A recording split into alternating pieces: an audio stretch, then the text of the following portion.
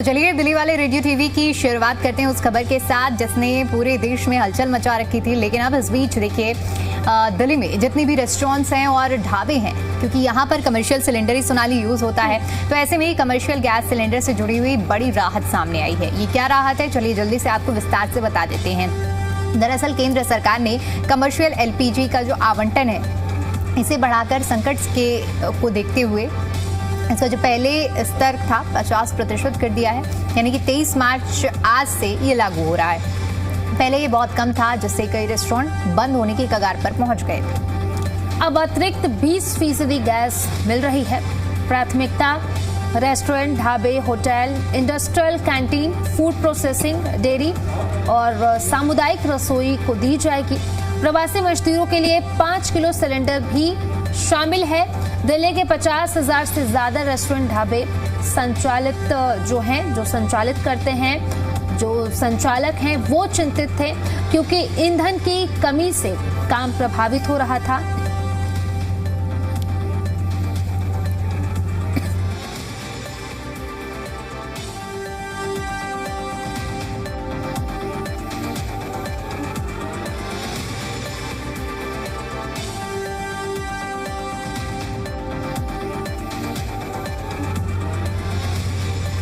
तो हालांकि रविवार को घोषणा के बावजूद तुरंत राहत नहीं मिली, क्योंकि नए सिस्टम में कुछ दिन लगेंगे। कई जगह एजेंसियां बंद थी और ग्राहक कम आए, लेकिन व्यापारी एसोसिएशन वाले खुश हैं। अब ये फैसला महंगाई और साथ ही साथ ईंधन दाम बढ़ने की आशंका के बीच सामने आया है। बिल्कुल सोनाली, क्योंकि देखिए अब इसका सीधा सीधा असर रेस्टोरेंट की जब हम बात करते हैं तो खाने पर भी पड़ा है। सीधे खाने के दाम बढ़े हैं। जो 15 रुपए का समोसा मिलता था उसके दाम 20 रुपए कर दिए। हालांकि मैं तो बहुत ज्यादा बाहर का नहीं खाती हूँ, लेकिन कुछ लोग जो मेरे फ्रेंड्स हैं उन्होंने मुझे बताया कि 15 रुपए का मिलने वाला समोसा 20 रुपए सीधे सीधे देखिए 5 रुपए बढ़ा दिए गए हैं। और सिर्फ एक समोसे में नहीं, बल्कि ये जो बढ़ोतरी की गई है ये ज़्यादातर चीज़ों में की गई है, क्योंकि कमर्शियल गैस सिलेंडर लोगों को मिल नहीं पा रहे थे, जिसकी वजह से जो होटल हैं, ढाबा संचालक हैं, उन्हें मजबूरी में ये प्राइस इंक्रीज करने पड़े हैं। लेकिन इस बीच अब ये बड़ी राहत दे दी गई है। इसके साथ साथ सरकार ने ये भी कहा है कि कोई वाटर डाइवर्जन ना हो, कड़ाई से इसकी निगरानी होनी चाहिए।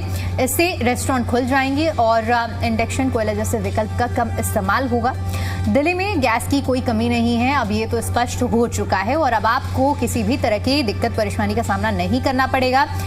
जो ऐसे गैस सिलेंडर की कमी की वजह से रेस्टोरेंट बंद हुए थे वो एक बार फिर से खुलते हुए आपको नजर आने वाले। और मुझे लगता है कि ये जो टेम्परेरी शिफ्ट किया गया था सोनाली प्राइस में, ये भी कम हो ही जाएगा, क्योंकि अब गैस की आपूर्ति पर्याप्त की गई है। इसके अलावा देखिए सोनाली, मजबूरी में जो लोग हैं कई जगह पर ये बदलाव भी हमें देखने को मिले हैं। एक प्लेट अगर आप किसी भी चीज़ की ले रहे हो तो उसमें 20 रुपए एडिशनल लगाया गया। मैंने एक दुकान में देखा, ये मुझे बहुत अजीब लगा। मैंने उनसे पूछा भी कि अब उस बोर्ड लगा हुआ था कि अगर आप यहाँ से कुछ भी खाने की चीज़ लेते हैं तो पर प्लेट आपको 20 रुपीज़ एक्स्ट्रा देने होंगे। मैंने उनसे पूछा कि किस लिए, तो उन्होंने कहा कि एलपीजी की किल्लत इतनी ज़्यादा है, हमारे एक सिलेंडर पूरे दिन भर में लग जाता है और इस समय सिलेंडर महंगा आ रहा है, इसलिए आपको 20 रुपये ज़्यादा देने पड़ेंगे। तो इन सब चीज़ों को देखते हुए ये फैसला मुझे लगता है स्वागत योग्य है और सबको इसका वेलकम करना चाहिए।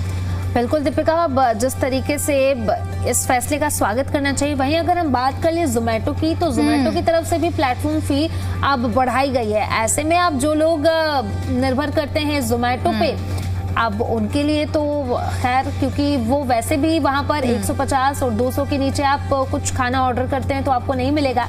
अब ऐसे में प्लेटफॉर्म फी अब उनकी ओर से बढ़ाए गए, तो ऐसे में आने वाले दिनों में अब जो लोग जोमेटो से खाना ऑर्डर करेंगे, मुझे लगता है कि सोनाली के लिए तो राहत भरी खबर है, क्योंकि सोनाली ज्यादा ऑर्डर करती हैं जोमेटो से। तो अब मुझे लगता है कि अगर प्लेटफॉर्म फीस कम होती है तो न सिर्फ सोनाली, बल्कि सोनाली जैसे बहुत से लोग जो रोजाना स्विगी जोमेटो का रुख करते हैं उनके लिए राहत है। और उम्मीद तो हम यही करते हैं कि इस तरह के जो इजाफा किए गए हैं सिलेंडर की कमी की वजह से, उसमें एक स्थिरता देखने को मिले। और क्योंकि इस तरह जब प्राइसेस बढ़ते हैं तो उनका कम होना बहुत मुश्किल हो जाता है। तो अब देखने वाली बात रहेगी कि इसकी वजह से कितना असर उन बढ़ोतरियों पर देखने को मिलने वाला है। अब बिल्कुल सही कहा दीपिका आपने। अब देखना होगा कि जोमेटो की तरफ से जो बढ़ोतरी की गई है, क्या अब वो जो 2 रुपए जो बढ़ाए गए क्या वो कम होगा या फिर अब उसी को वो कंटिन्यू करेंगे, क्योंकि जैसा कि आपने भी कहा कि अगर एक बार दाम बढ़ गया तो फिर वो बढ़ गया, वो घटाने की नहीं सोचते हैं। अब आने वाले दिनों में देखने वाली बात होगी कि जो लोग भी ऑनलाइन फूड ऑर्डर करते हैं उन्हें राहत मिलती है या फिर नहीं मिलती है। अगर मिलेगी तो जरूर हम आप तक ये खबर भी पहुंचाएंगे, लेकिन इससे पहले देखिए अभी तो फिलहाल जो बदलाव किया गया है वो हम आपको बता रहे हैं कि अब रेस्टोरेंट और ढाबे संचालक जो है उन्हें राहत मिलने वाली है। बिल्कुल। अब चले दीपिका, इसी के साथ हम खबरों में आगे बढ़ते हैं और अपने दर्शकों को राजधानी दिल्ली से उनसे जुड़ी हुई एक और महत्वपूर्ण खबर उनको बता देते हैं। राजधानी दिल्ली में जैसे जैसे गर्मी बढ़ रही है वैसे वैसे बिजली की खपत भी बढ़ने वाली है और इसी बीच एक और बड़ी जानकारी सामने आई है। अप्रैल से बिजली के दाम यानी कि टैरिफ बढ़ाए जा सकते हैं। असली वजह क्या है वो भी जरा हम अपने दर्शकों को बता देते हैं। अब सीधा सवाल है कि आखिर दाम बढ़ाने की जरूरत क्यों आन पड़ी है, तो चलिए हम आपको बताते हैं। दिल्ली सरकार पर बिजली वितरण कंपनियों यानी कि BRPL, BYPL और TPDDL का करीब 38,000 करोड़ रुपए से ज्यादा का बकाया है। अब ये वो पैसे हैं जो सालों से जमा होता रहा है, क्योंकि लंबे समय तक दिल्ली में बिजली के दाम नहीं बढ़ाए गए हैं। अब ऐसे में ये बकाया चुकाने के लिए हो सकता है कि अप्रैल से दामों में थोड़ा इजाफा देखने को मिले। बिल्कुल, तो देखिए अब इसका बकाया चुकाने के लिए दबाव भी पड़ सकता है और इसी वजह से टैरिफ बढ़ाने की तैयारी भी की जा रही है। सुप्रीम कोर्ट का दबाव भी है। मामला और गंभीर तब हुआ जब पिछले साल सुप्रीम कोर्ट ने आदेश दिया कि इन कंपनियों को करीब 27,200 करोड़ रुपए की राशि 7 साल के अंदर चुकानी होगी। यानी कि अब सरकार के पास ज्यादा विकल्प नहीं बचे हैं, या तो पैसा चुकाओ या फिर सिस्टम पर असर डालो। सरकार का प्लान क्या है ये भी आपको बता देते हैं। यहाँ आता है सबसे बड़ा सवाल कि क्या इसका सीधा असर आम आदमी यानी कि आपकी जेब पर पड़ेगा, तो जवाब है शायद नहीं, या फिर पड़े भी तो बहुत कम, क्योंकि सरकार की प्लानिंग ये है कि अगर बिजली के दाम बढ़ते हैं तो उस पर सब्सिडी देकर जनता को राहत जरूर दी जाएगी।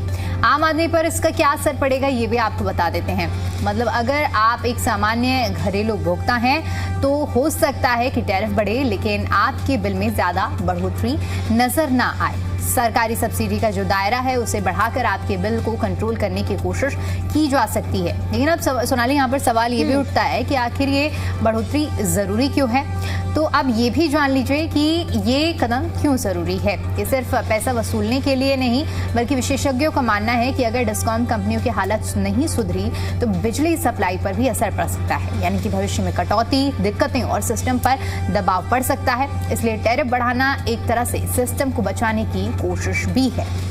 तो अगर कुल मिलाकर अगर हम बात करें दीपिका, तो बिजली महंगी होने की पूरी संभावना है, लेकिन सरकार आपकी जेब बचाने की पूरी कोशिश कर रही है और असली असर क्या होगा ये अब सब्सिडी पर निर्भर करता है।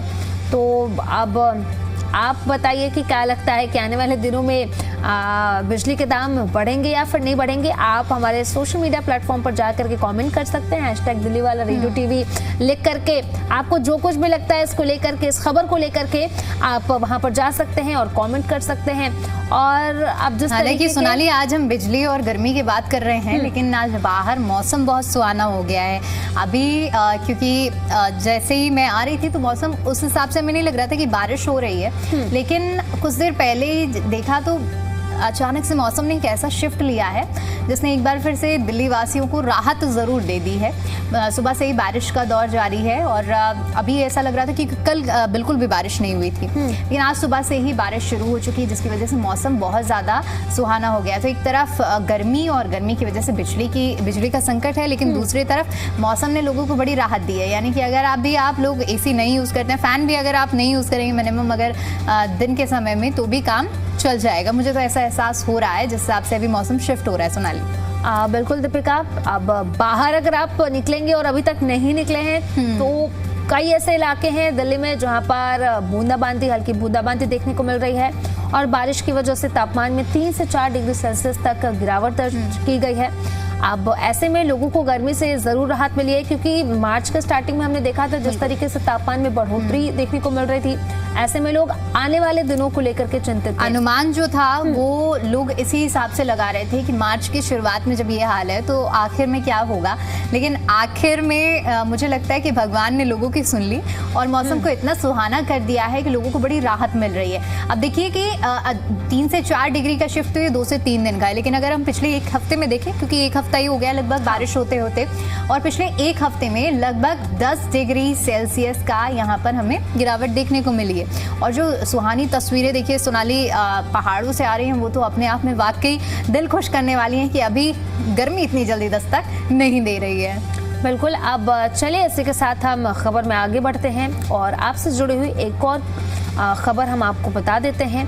दिल्ली के चंद्रावल वाटर ट्रीटमेंट प्लांट में पाइपलाइन फटने की वजह से शहर के कई इलाकों में पानी की सप्लाई पूरी तरीके से बाधित हो गई है। अब स्थिति ऐसी है कि मरम्मत में करीब 3 से 4 दिन का समय लग सकता है, यानी कि आने वाले कुछ दिन लोगों को पानी की कमी का सामना करना पड़ सकता है। अब आपको हम समझाते हैं कि ये पूरा मामला क्या है और कौन कौन से इलाके हैं जो इससे प्रभावित होने वाले हैं। बिल्कुल, दरअसल पाइपलाइन फटने के बाद पानी भर गया है, जिससे प्लांट के हाई टेंशन मोटर, स्टार्टर और इलेक्ट्रिकल पैनल पूरी तरह से भीग गए हैं। उन्हें भारी नुकसान हुआ है। अब इन मशीनों को पहले सुखाया जाएगा, फिर रिपेयर किया जाएगा। लेकिन अगेन यहाँ पर वही दिक्कत आ रही है कि सुखाने के लिए आपको धूप चाहिए, लेकिन फिलहाल धूप नहीं निकल रही है, तो हो सकता है ये दिक्कत अभी लोगों को ज़्यादा झेलनी पड़ जाए। किन किन इलाकों में इसका असर पड़ेगा ये भी जान लीजिए। आज यानी कि 23 मार्च को सिविल लाइंस, हिंदुराव अस्पताल के आसपास, शक्तिनगर, कमला नगर, करोल बाग, पहाड़गंज, एनडीएमसी एरिया, राजेंद्र नगर, पटेल नगर, इंद्रपुरी, वसंत विहार, आरकेपुरम, मुनेरका और साउथ दिल्ली के कुछ इलाकों में पानी की जो सप्लाई है वो प्रभावित रह सकती है। इसके अलावा भी सोनाली कुछ और इलाके हैं जहाँ के बारे में बता देते हैं। और पानी की किल्लत आज रहने वाली है शालीमार बाग, पीतमपुरा, आजादपुर मंडी, सेक्टर 18 और 19, इसके अलावा बादली गांव जैसे इलाके जहां पर पानी की दिक्कत रहेगी। और कल यानी कि 24 मार्च को भी कुछ इलाकों में यही समस्या जारी रहेगी। अब प्रशासन की तरफ से क्या कुछ कहा जा रहा है वो भी जरा हम आपको बता देते हैं। दिल्ली जल बोर्ड ने साफ कहा है कि मरम्मत का काम तेजी से किया जा रहा है ताकि लोगों को परेशानी ना हो, लेकिन लोगों से अपील की जा रही है कि पानी का इस्तेमाल सोच समझ कर करें। जरूरत पड़ने पर प्रभावित इलाकों में पानी के टैंकर भी भेजे जाएंगे। तो अगर आप इन इलाकों में, जिन इलाकों का जिक्र अभी दीपिका ने किया, अगर रहते हैं तो पानी स्टोर करके रखिए, बचा के रखिए, बर्बाद मत कीजिए, क्योंकि अगले 3 से 4 दिन तक आपको भारी परेशानी का सामना करना पड़ सकता है, क्योंकि छोटी सी लापरवाही बड़ी परेशानी आपके लिए ही बन सकती है। तो ज़रूरी है, पानी तो वैसे भी हमें सेव करके चलना चाहिए। और अगर इस तरह की किल्लत है तो आपको बहुत ज़्यादा किफ़ायती तरीके से पानी का इस्तेमाल करना चाहिए, क्योंकि कहते हैं ना बूंद बूंद से घड़ा भरता है। बिल्कुल। तो इस वक्त इन इलाकों में लोगों को बूंद बूंद से ही अपना काम चलाना पड़ेगा। हालांकि ऐसा नहीं है कि लोगों को एकदम ही समस्या में डाल दिया। ऐसी अगर अव्यवस्थाएं होती हैं तो वहाँ पर जल बोर्ड की ओर से टैंकर्स भी भेजे जाते हैं ताकि लोग अपने इस्तेमाल का पानी ले सके और उसे यूज कर सके। तो देखिए कौन कौन से इलाके हैं ये हमने आपको बता दिया। आज और कल भी ये जो समस्या है वो रहने वाली है। अब चलिए आगे बढ़ जाते हैं। ये तो पानी की किल्लत की बात हो गई, लेकिन इससे आगे बढ़ते हुए बात कर लेते हैं दिल्ली की राजनीति से जुड़ी हुई। राजधानी में आज विधानसभा का चूंकि बजट सत्र शुरू हो रहा है और ये सत्र कई मायनों में बहुत ज़्यादा अहम रहने वाला है। 3 दिनों तक ये बजट सत्र चलेगा और सत्र की शुरुआत आज सुबह 11 बजे राष्ट्रीय गीत वंदे मातरम के साथ होगी, लेकिन उससे पहले सदन में एक भावुक पल भी देखने को मिलेगा। ये पल क्या होगा ये भी आपको बता देते हैं कि शोक संदर्भ के जरिए उन पूर्व विधायकों को श्रद्धांजलि दी जाएगी जिनका हाल ही में निधन हुआ है। और ये परंपरा भी है, कहीं भी सदन में अगर शुरुआत होती है तो ये शोक संवेदनाएं हर जगह पर व्यक्त की जाती हैं। और इसके बाद जो विधायक हैं वो अपने अपने क्षेत्रों के मुद्दे उठाएंगे और फिर सत्र में राजनीति जो हम देखते हैं हर बार जो राजनीतिक सरगर्मियां हैं वो ज़रूर देखने को मिलने लगती है। और इस बार भी उम्मीद है कि ज़रूर देखने को मिलेगी, क्योंकि नियम 114 के तहत बड़ा प्रस्ताव लाने की तैयारी में है रेखा सरकार। अब बीजेपी विधायक शिखा राय द्वारा एक निंदा प्रस्ताव पेश किया जाएगा, जो लोकसभा में स्पीकर ओम बिरला के खिलाफ विपक्ष द्वारा लाए गए अविश्वास प्रस्ताव को लेकर होगा। इस पर सदन में जोरदार बहस और हंगामा देखने को मिल सकता है। अब बात करते हैं कि आज सबसे बड़े एजेंडे क्या रहने वाले हैं। तो दिल्ली की मुख्यमंत्री और वित्त मंत्री रेखा गुप्ता आज वर्ष 2025-26 का आर्थिक सर्वेक्षण पेश करेंगे, यानी कि दिल्ली की आर्थिक हालात कैसी है, सरकार ने इस पर कितना काम किया है, कितना खर्च किया गया और आगे की क्या योजना है, ये सब इसी रिपोर्ट में सामने आएगा। यही आर्थिक सर्वेक्षण आने वाले बजट की नींव माना जाता है, इसीलिए इसकी अहमियत काफी ज्यादा है। बिल्कुल, तो इकोनॉमिक सर्वे की अगर हम बात करें, चाहे केंद्रीय बजट की बात करें या फिर स्टेट लेवल पर बात करें, एक मूलभूत ढांचा होता है ये इकोनॉमिक सर्वे। और इकोनॉमिक्स के लिहाज से या फिर अगर हम कहें जो लोग बजट को बहुत बारीकी से समझते हैं, बजट आने से पहले उसका प्रारूप समझना चाहते हैं, तो वो इसे ज़रूर पढ़ते हैं। इसे आप जब गो थ्रू करेंगे तो आप ज़रूर समझ पाएंगे कि बजट में क्या क्या कुछ खास होने वाला है, क्योंकि इसमें ये बताया जाता है कि पिछले वित्तीय वर्ष क्या कुछ किया गया है, इस बार क्या आने वाला है। इसीलिए ये इकोनॉमिक सर्वे बहुत ज़्यादा अहम हो जाता है और आज का दिन भी इसीलिए अहम होगा। इसके अलावा सदन में कई अहम समितियों की रिपोर्ट भी पेश की जाएगी, जैसे public accounts committee, business advisory committee और कुछ अन्य वित्तीय समिति हैं जिनकी रिपोर्ट पेश की जाएगी। साथ ही साथ CAG यानी कि नियंत्रक एवं महालेखा परीक्षक की रिपोर्ट भी रखी जाएगी, जिसमें दिल्ली जल बोर्ड, यूनिवर्सिटी और सरकारी खर्च से जुड़े हुए कई बड़े खुलासे हो सकते हैं। यानी कि ये तो साफ है सोनाली, इस बार का बजट सत्र सिर्फ बजट तक और औपचारिकताओं तक सीमित नहीं रहने वाला है, बल्कि सरकार और विपक्ष की तीखी बहस भी यहाँ इस बार फिर से हमें देखने को मिल सकती है। मॉनसून सत्र में तो हमने देखा ही था कि क्या कुछ हुआ, अब बजट सत्र में क्या होगा, इसकी तस्वीरें भी हम आपको जरूर दिखाएंगे। अब सत्र शुरू होने से पहले मुख्यमंत्री रेखा गुप्ता खीर सेरेमनी की शुरुआत करेंगी, जो बजट पेश होने से पहले की एक पारंपरिक प्रक्रिया मानी जाती है। और इसके साथ ही आज शहीदी दिवस के मौके पर भगत सिंह, सुखदेव और राजगुरु को भी श्रद्धांजलि दी जाएगी। सीएम रेखा गुप्ता खुद पहुंचेंगी और खुद श्रद्धांजलि देंगी, पुष्पांजलि देंगी, और जिसके बाद 9:45 पर वो खीर सेरेमनी में शामिल होंगी। ये एक परंपरा है और बड़ी अपडेट हम आपको ये बता रहे थे। अब कुल मिलाकर अगर हम बात करें तो दिल्ली का ये बजट सत्र विकास, राजनीति और बहस तीनों का एक बड़ा मंच बनने वाला है। बिल्कुल, तो देखिए ये तो बात हुई दिल्ली के बजट सत्र की, लेकिन एक खुशखबरी अब दिल्ली वालों को दे देते हैं। दिल्ली में एक बड़ा बदलाव होने जा रहा है। यहाँ मेडिकल छात्रों के लिए एक बहुत बड़ी खुशखबरी है। मुख्यमंत्री रेखा गुप्ता ने घोषणा की है कि सरकार 3 बड़े सरकारी अस्पतालों को मर्ज करके एक ऐसा इंस्टीट्यूशन बनाएगी जिसमें एक इंडिपेंडेंसी देखने को मिलेगी। कौन कौन से अस्पताल हैं ये भी आपको बता देते हैं। Guru Tegh Bahadur hospital, Delhi centre cancer institute और Rajiv Gandhi super speciality hospital है। ये नया संस्थान एम्स की तरह काम करेगा। इसमें संसाधन, डॉक्टर्स की टीम और आधुनिक मशीनों का बेहतर इस्तेमाल होगा। अब स्वास्थ्य सेवाएं मजबूत होगी और मरीजों को अच्छी देखभाल भी मिलेगी। इस मर्जर से MBBS और PG की सीटें काफी बढ़ेंगी। फैकल्टी बढ़ने से PG सीटों में इसका सीधा फायदा देखने को मिलेगा और अनुमान है कि रेडियोलॉजी में 22, पैथोलॉजी में 26 और एनेस्थीसिया में 48 सीटें बढ़ सकती हैं। कैंसर इंस्टीट्यूट में रेडिएशन, एंकोलॉजी और न्यूक्लियर मेडिसिन जैसे नए विभागों में 26 सीटें जुड़ेंगी। राजीव गांधी अस्पताल की अगर हम बात करें तो यहाँ पर कार्डियक सर्जरी में 14 सीटों का विस्तार किया जाएगा। बिल्कुल, और साथ ही साथ अगर हम IHBAS और NIMHANS2 की तरह विकसित इन्हें किया जाएगा, जिससे मानसिक स्वास्थ्य और दिल्ली आगे बढ़ेगी। भविष्य में MBBS की सीटें भी बढ़ाई जाएंगी और ऐसे में ये बड़ा कदम माना जा रहा है। मुख्यमंत्री ने कहा है कि ये कदम दिल्ली को मेडिकल शिक्षा और रिसर्च का एक बड़ा केंद्र बनाएगा, क्योंकि अभी जब मेडिकल पढ़ाई की बात करते हैं सोनाली, किसी को भी मेडिकल क्षेत्र में जाना होता है तो उसका सबसे बड़ा सपना होता है कि उसका एडमिशन एम्स में हो जाए, क्योंकि उसे वहाँ पर सीखने का बहुत ऐसा मौका मिलेगा। आपको प्रैक्टिकल नॉलेज के साथ साथ आपको थियोरेटिकल नॉलेज भी बहुत बेहतरीन मिलेगी। लेकिन अब यही उद्देश्य के साथ ये मर्जर किया जा रहा है 3 अस्पतालों का, ताकि जो कैपेसिटी सैचुरेट हो रही है एम्स हॉस्पिटल में, वहाँ इंस्टीट्यूशन में लोग जो बच्चे पढ़ने जाते हैं उनको एक अच्छा विकल्प मिल सके, और विकल्प के तौर पर एक ऐसा विकल्प तैयार किया जा रहा है जहाँ पर एम्स जैसी सुविधाएं देने का प्रयास किया जा रहा है।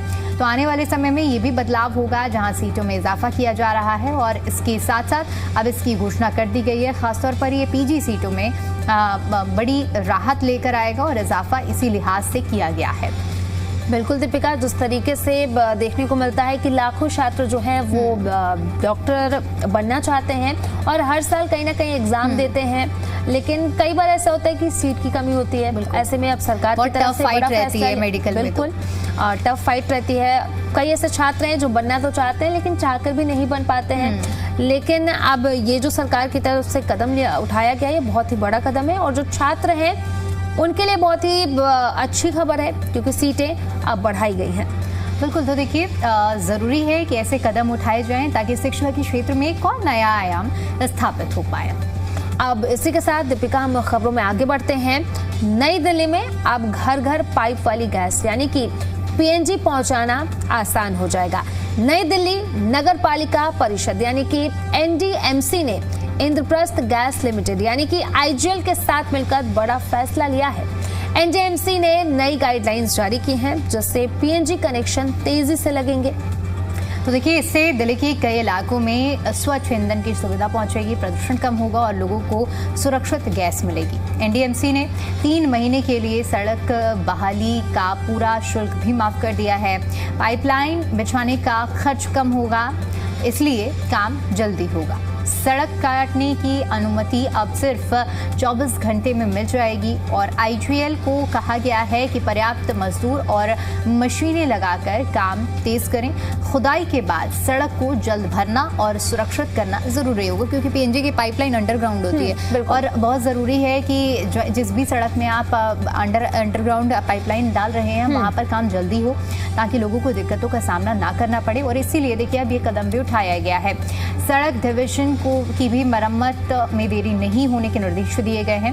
ये फैसला देखिए एनडीएमसी की ओर से लिया गया है और एनडीएमसी का लक्ष्य है कि ये जो पूरी पहल है इसके तहत दिल्ली में बेहतर शहर और स्वच्छ ऊर्जा की ओर दिल्ली को आगे बढ़ाया जा सके।